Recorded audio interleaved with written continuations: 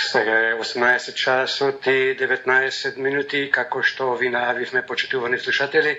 Гостин во денешново издание на Македонски корени е доктор Јанко Бачев, универзитетски професор по меѓународно право и председател на политичката партија Единствена Македонија. Господине Бачев, добро ви утро и ви благодариме што ја прифативте порудата и повтор пат да не бидете гости во денешново издание на Македонски корени. Дали се слушаме? Да, се слушаме. За вас само добар ден на нашите браќа и сестри, македонци и македонки во Австралија. Господине Бачев, денешниот разговор би го започнале од една несекојдневна, но бизарна работа. Пред некој ден вие бевте учесник во една дебата на Канал 5 во емисијата Само вистина. Ваш соговорник беше господинот Агим Јонус. Морам да признам дека вас ве знаеме сите како отворени, секогаш говорите без заопеколувања и директно и без ракавици. Но посебно таа вечер многу подиректно од било кога, без влакна на јазикот, се потрудивте да им ја пренесете на јавноста ситуацијата во која се наоѓа Македонија. Но после таа дебата, одговорните на Канал 5 вас ви забранија пристап во иднина да учествувате на таа телевизија. Која беше причината што таа телевизија се одлучи на тој чекор? Што всушност се случи? Дали има нешто што јавноста не го виде, а се случи за време на рекламите, или пак тоа е сепак одлука дојдена од големиот брат, а не од самата телевизија? Па еве да продолжам кај што застанавте. Точно е, значи имале тие предисок, како што велите вие, од големиот брат, од тие центри кои што ја управуваат Македонија во реалноста, и Канал 5 се види дека една телевизија која што има една сервилна, полтронска улога, бидејќи ја менува својата уредувачка политика во согласност со наредбите што ги добива од Американската амбасада и од властите во Скопје, како се менуваат, и се случи еден преседан во македонската демократија во 27 години. За прв пат една телевизија забрани во иднина да настапува председател на политичка партија, односно тоа се однесува на мене, бидејќи, како што кажавте вие, во таа емисија, така на еден отворен начин беа кажени вистините за Македонија, дека ние веќе нема што да изгубиме, дека влогот е голем, дека шиптарското малцинство во Македонија беше разоткрија неговата вистинска улога. Па така, овие од Канал 5 се осетиле многу така потресени од таа вистина што се кажува за македонците, а ние гледаме, таму гостуваат разноразни политичари и историчари од албанското малцинство, кои што на најгруп начин ја негираат Македонија, македонската историја, еве сега се здружени со овие од македонската власт за Скопје, да не го сменат името. Така да, со еден збор кажам, значи, се случи тој преседан, што мене воопшто не ме загрижува, значи ние продолжуваме, вистината мора да ја кажуваме, бидејќи сега гледате се наоѓаме пред еден голем предизвик, каде што ова власта во Скопје тргната да избриша се што е македонско и контролира сите телевизии во Македонија. Свесни сме ние за медиумскиот брак, дека тоа можеше да се случи, меѓутоа ние немаме намера да им ласкаме на овие платенички телевизии. Мора да ја кажуваме вистината и еве сега во периодот што следи изнајдеме некои други механизми со кои што ја продолжиме нашата борба за Македонија. На 19 октомври се случи оно што скоро никој не го очекуваше. 8 пратеници од опозицијата го ставија својот печат за предавството на Македонија. Од друга страна пак продолжуваат обвинувањата на релација Русија-Америка околу гласањето за отварање на уставните измени. Руското МНР повторно го обвини американскиот амбасадор во земјава дека тој во петокот го водел целиот процес во собранието. Кои се вашите сознанија за таа вечер? Што всушност се случи во собранието и кои чекори треба да се преземаат сега за да го одбраниме името и идентитетот? Овие 8 пратеници кои што не издржаа и кои што под уцели подкуп гласа за отпочнување на постапката за промена на уставот, колку веќе да се обидуваат да се бранат во јавноста дека тоа е нивна одлука, дека тоа нивно лично мислење, тоа веќе не може да им веруваат ниту малите деца, бидејќи самите настани што се случува ги демонтираат. Тие, да кажеме, 8 пратеници на 2 дена пред самото гласање застана заедно беа со целата пратеничка група на ВМРО-ДПМН и таму беше пренесен ставот дека сите пратеници од пратеничката група на ВМРО-ДПМН нема да ја гласат одлуката за пристапување кон измена на уставот на Република Македонија.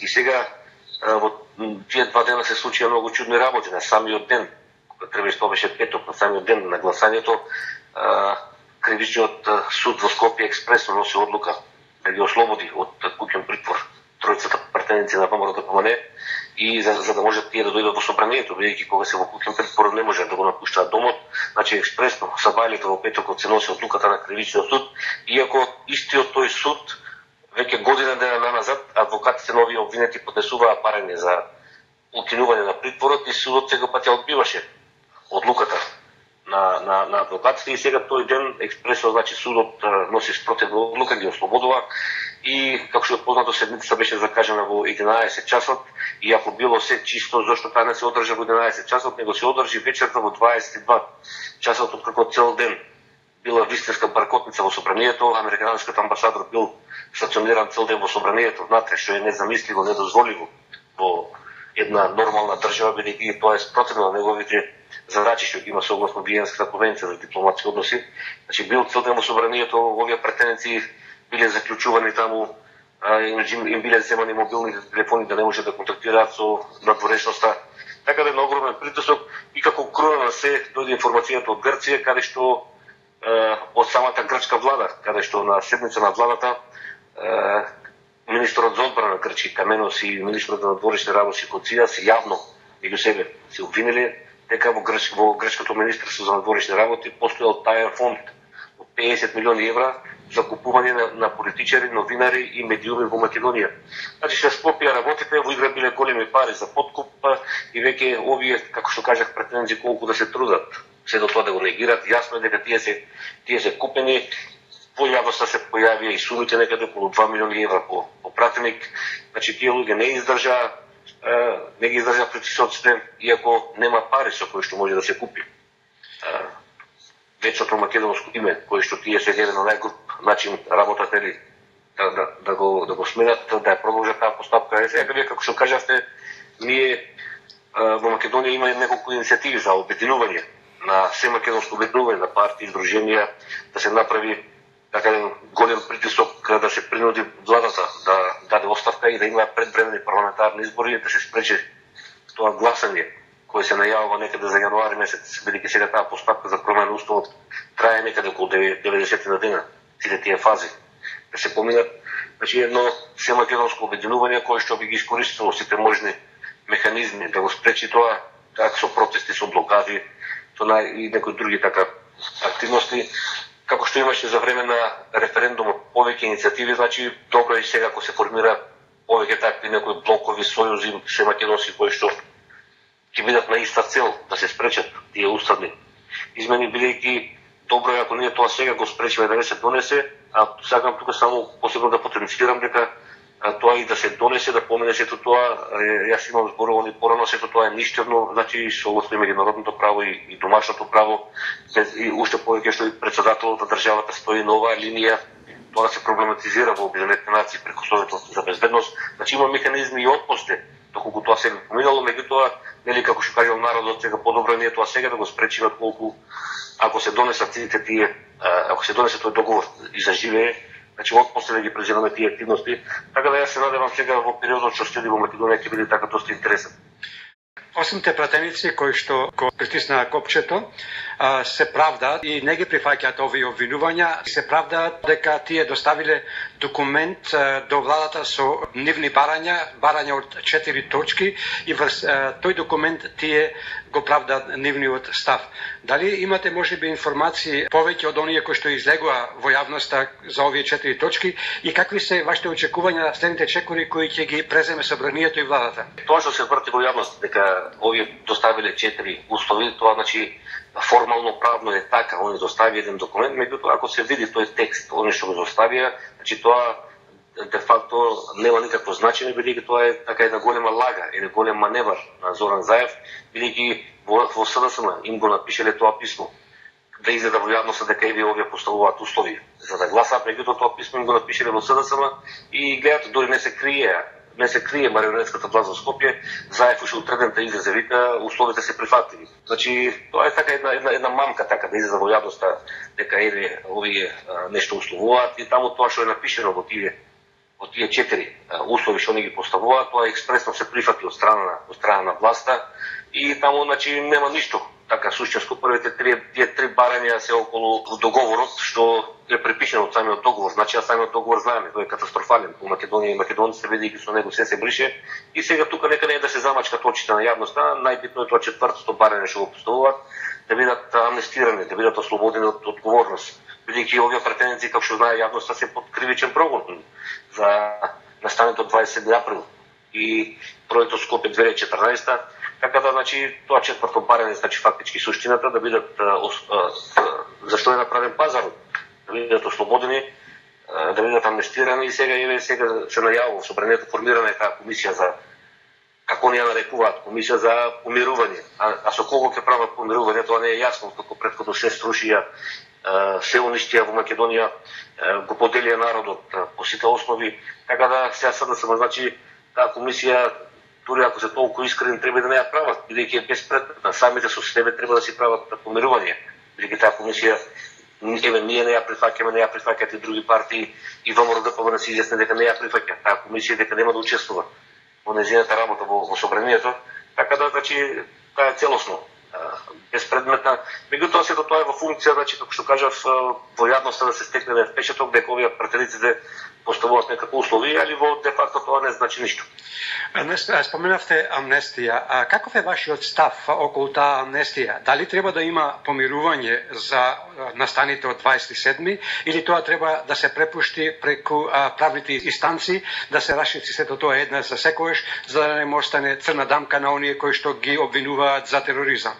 Сега видите, тука, значи, овој проблем со 27 април на сите не е јасно дека е измислен, дека е конструиран од власта, и сега со ова гласање на овие претенденци се покаже тоа дека и тоа бил еден од начините за пазар, за тој непристоен пазар.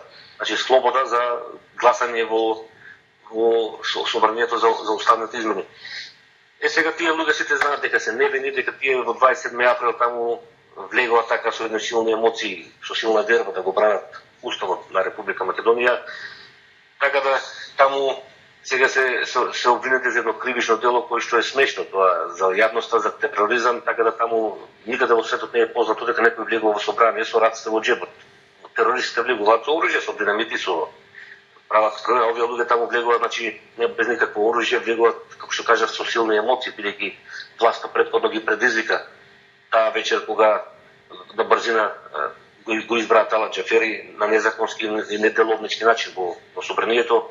Тие луѓе таму, да кажеме, тоа движење за Македонија протестираше во Македонија преку 40 дена и секој ден се знаеше маршрутата точно, дека тргнуваат таму пред владата и некаде 6 сати завршуваат пред собрание и сега сето тоа власта го знаеше и они намерно во 6 сати да закажа таа седница тогаш на 27 април, во 6 сати го избраа Талат Џафери, стана еден пратеник албанец, почна да ја пее албанската химна, сето тоа одеше во јавноста и значи предизвикани реакции големи и тоа беше причината народот со силни емоции така да влезе во собранието и сега како што гледаме, значи ги обвинија за тој за тероризам и сега што е посмешно, ако тие луѓе за кои што Заев велеше дека се терористи и сега гледате како може, а зборува цело време за демократска Европа, како може да оди во демократска Европа сега кога терористи, што кажем условно, му помогнаа да ги прави уставните измени. Значи сега веќе за него не се терористи.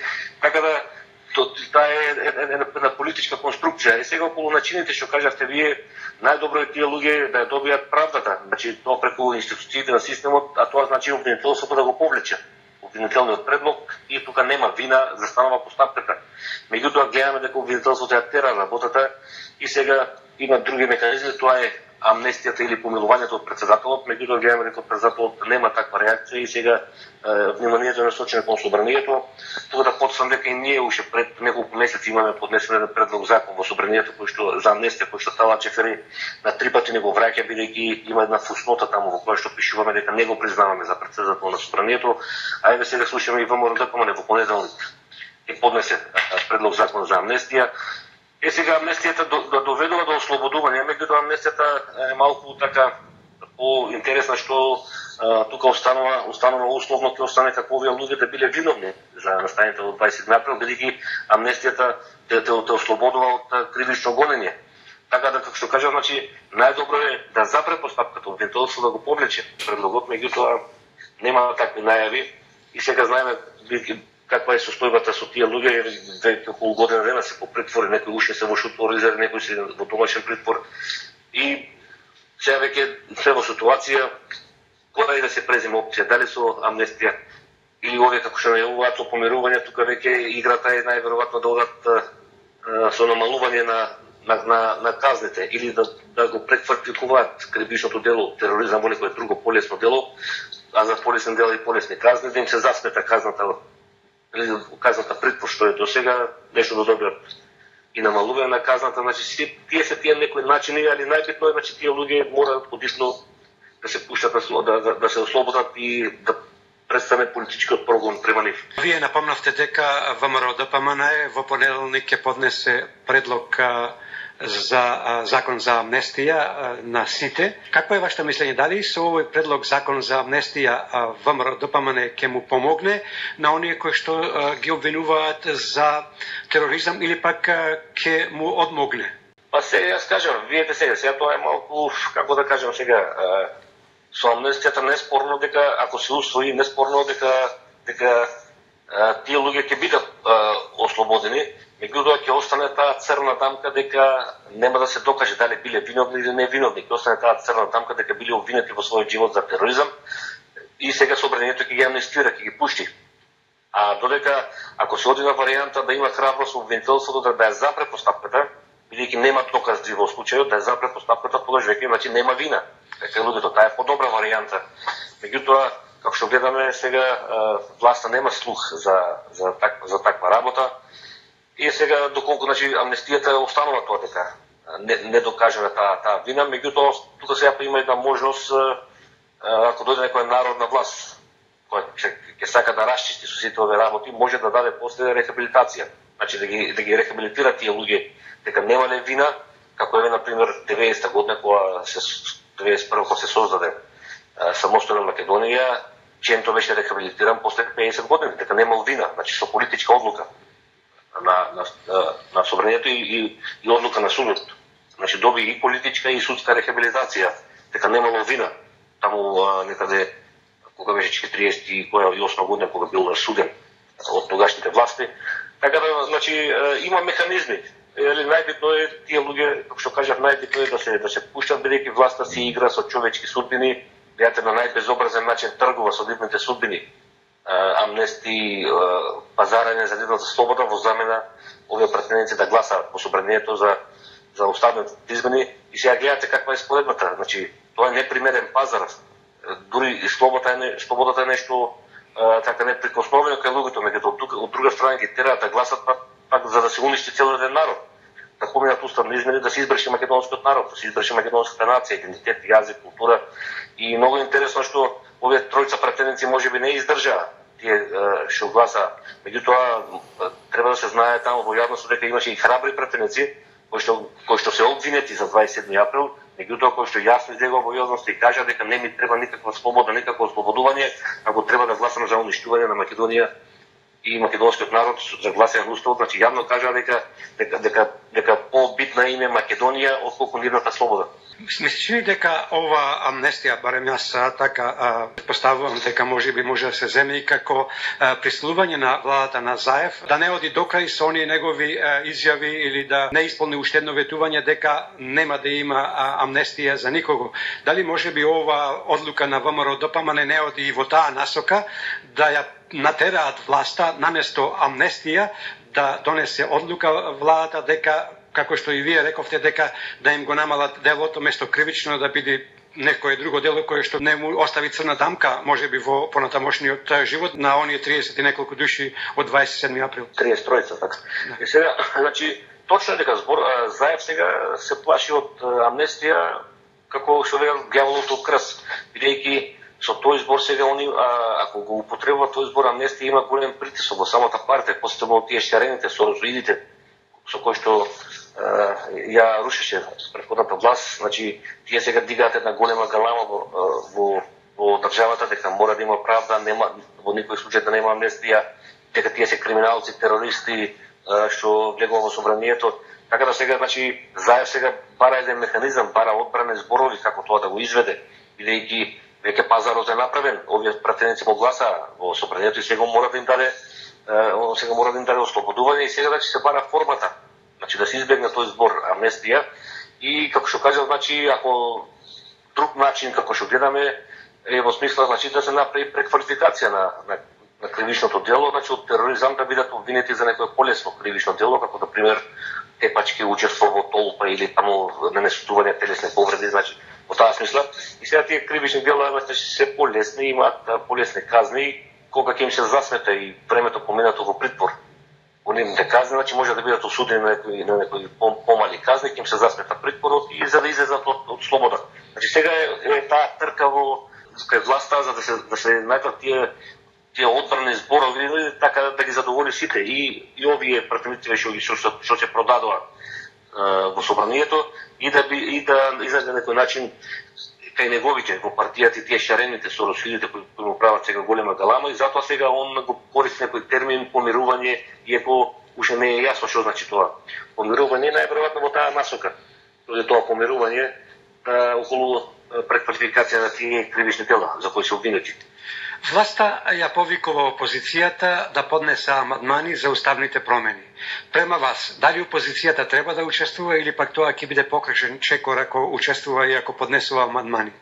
Па јас сега ја ви кажав дека во Македонија има неколку така иницијативи за едно здружување меѓу партии и здруженија, сега да се почнат едни активности во Македонија на така да кажам на протести и други механизми кои што се предвидени за да се предизвика оставка на владата, распуштање на собранието и нови избори.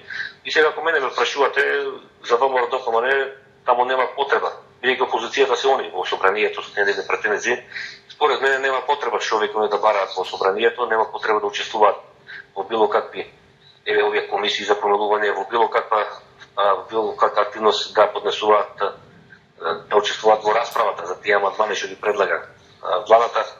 Значи, они сега треба да се приклучат со народот со овие иницијативи, да се приклучат со народот, да влезат рамо до рамо со народот на улица, каде што ќе се води таа битка сега во наредниот период.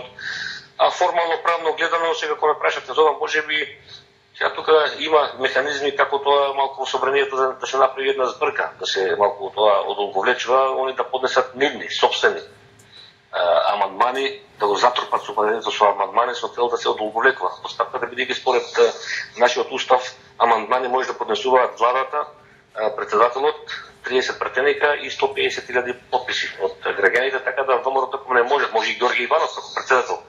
Значи да влезе во тој маневарски простор за сега да поднесе илјадници амандмани, да се затрупа собранието со амандмани, тоа само да кажеме ако се процени тактички, ако е добро да се одолговлекува постапката во собранието, може да се искористат тие механизми, бидејќи ние сме имале порано случаи, пример по некои други поводи, по некои други закони, кога и овие албанските партии така го почеле го блокираат собранието. Така да во таа смисла може би е добро, значи, али во никој случај не смеат да учествуваат во амандманите што ги предлага владата во нивна расправа, бидејќи со тие амандмани дека знаеме се брише се што е со уставните измени, значи ако поминат се брише се што е македонско. Тоа веќе е познато на јавноста, без разлика што власта кажала дека со договорот го сочувала идентитетот македонски, тоа не е точно, значи тој договор е така да кажам смрт за Македонија, уште повеќе што покрај политичкиот дел навлегува и во приватната сфера, каде што таму веќе посебно кај вас е интересно во Австралија, бидејќи има поголем дел македонци кои што потекнуваат од Беломорскиот дел од Егејска Македонија и со тој договор дури има една страшна одредба со која што се оди против природата, што става јасна граница, тоа мислам член 7 беше јасна граница дека македонците во Егејска Македонија и македонците во Република Македонија не се исти. Едните биле од времето на Античка Македонија, другите се од 6 век, од дојдени тука од Карпатите. И сега што е поинтересно, значи судбината си поигра со самиот Димитров, Никола Димитров, кој што е потписник на тој договор, бидејќи сега гледате, он е роден во Република Македонија, татко му Димитар Димитров е роден во Егејска Македонија. И сега според тој договор они не се исти македонци, татко и син не се исти македонци, значи се оди дури против природата со тој договор. И тој е толку страшен и опасен по Македонија. Тој договор Меѓутоа сега како што кажав, значи тие се механизмите за ВМРО ДПМНЕ како најголема опозицијска партија тактички да изиграат, како што кажав, со голем број амандмани за да го овликуваме постапката во собранието и од друга страна активно да се вклучат со народот кој што наредниот период ќе води битката и на улиците.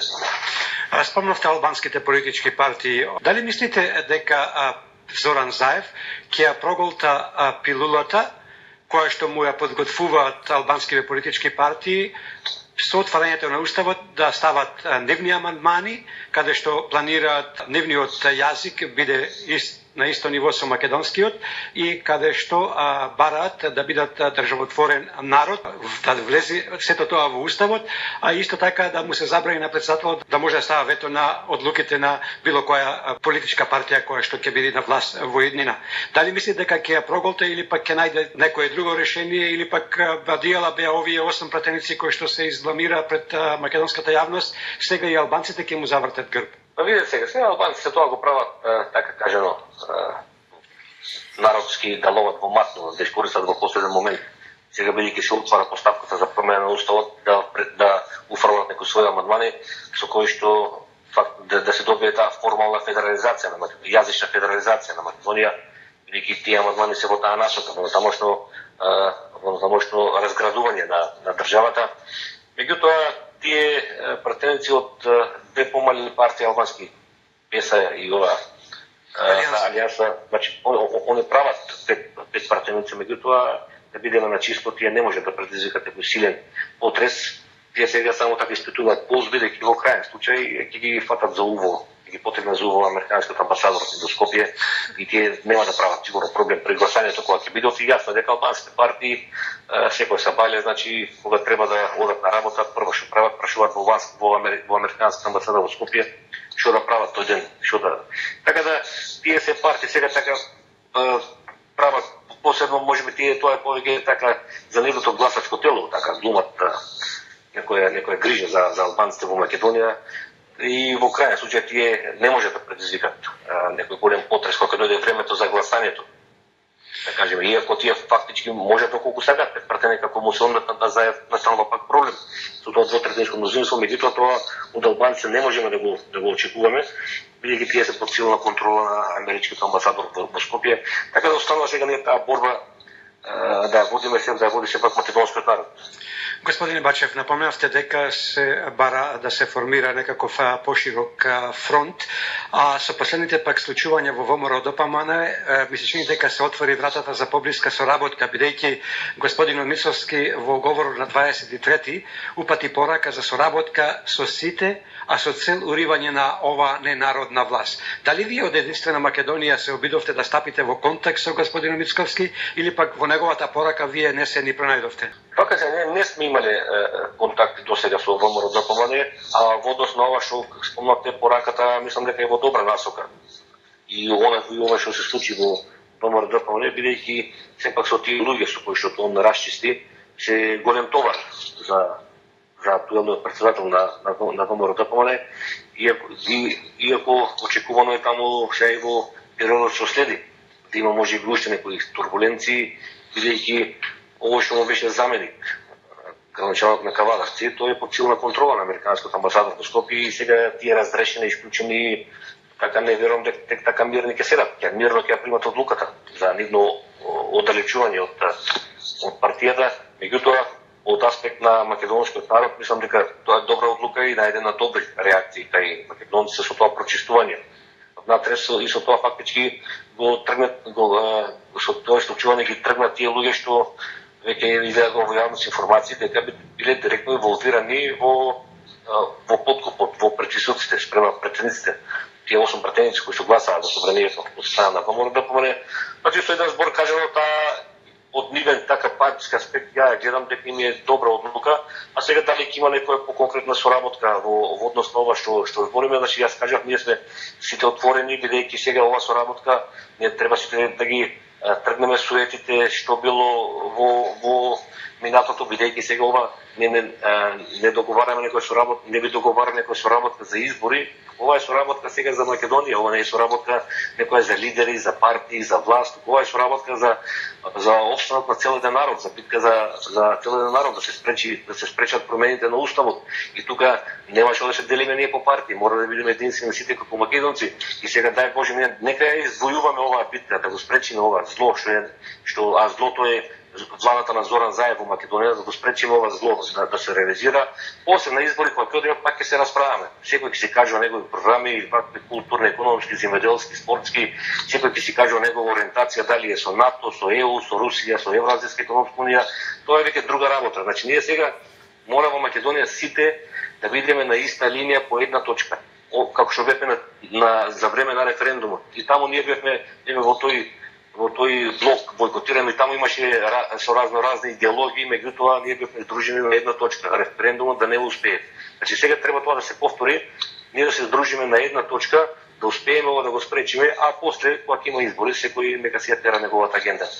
Навистина, ако сите вака размислуваат, мислам лидери на поголеми политички партии или здруженија од македонскиот политички блок, во тој случај мислечам дека ќе нема проблем, бидејќи сите знаеме дека ВМРО-ДПМН сега не е облигаторна да прави коалиција со било која политичка партија, затоа што тие го прекина тој начин кој што беше воспоставен победник со победник, и кога би сите така размислувале како вие сега што го рековте, а тоа го ние разговаравме и во првото ваше интервју и со интервјута кои што ги правевме со други лидери на политички партии, каде што целта наша беше да заборавиме, да прекинеме со плукањето еден према други, и со ова, како што и вие рековте, дека ВМРО-ДПМН се ивчисти, се тргна од тие црни дамки кои што ја влечеа надолу. Ќе чекаме правниот систем да си расчисти тие работи, само на тој начин ќе можеме да го победиме злото. Па да, така е, сега нас не треба едно се македонско обединување, една сплотеност, бидејќи разделени, раскарани, јасно е дека тоа го посакуваат непријателите на македонско дело, а ги гледаме, тие не се било кои, ние имаме моќни непријатели и дома и надвор, гледате кои неше непријатели, тоа се моќни земји, моќни структури. Така да, значи, ние сето тоа можеме само со една сплотеност, со едно единство да го повториме тоа што се случи за време на референдумот, кога македонскиот народ покаже една голема зрелост, одолеа на сите искушенија, на сите притисоци. Така да сега мора, значи, ова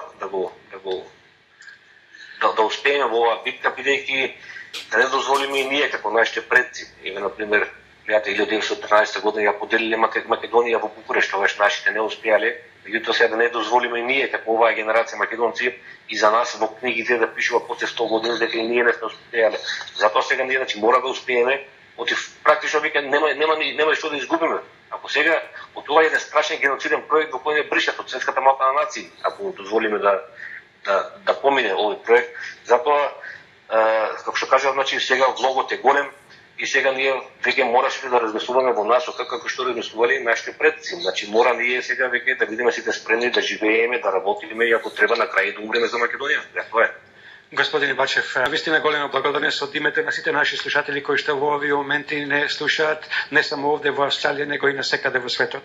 Јас се ви благодарам покана, никој пат не ми е тешко во секое време. Ако треба да шириме вистината за Македонија и еве сега, како што кажав се на крај, сега да завршиме оваа битка, а после како што велите кога има избори, знаете во диаспората се бират пратеници и таму имаме листи, па во некоја наредна прилика во подобри околности и да се видиме во некоја кампања. Обавесно. Пријатно и до слушање. Пријатно и на вас.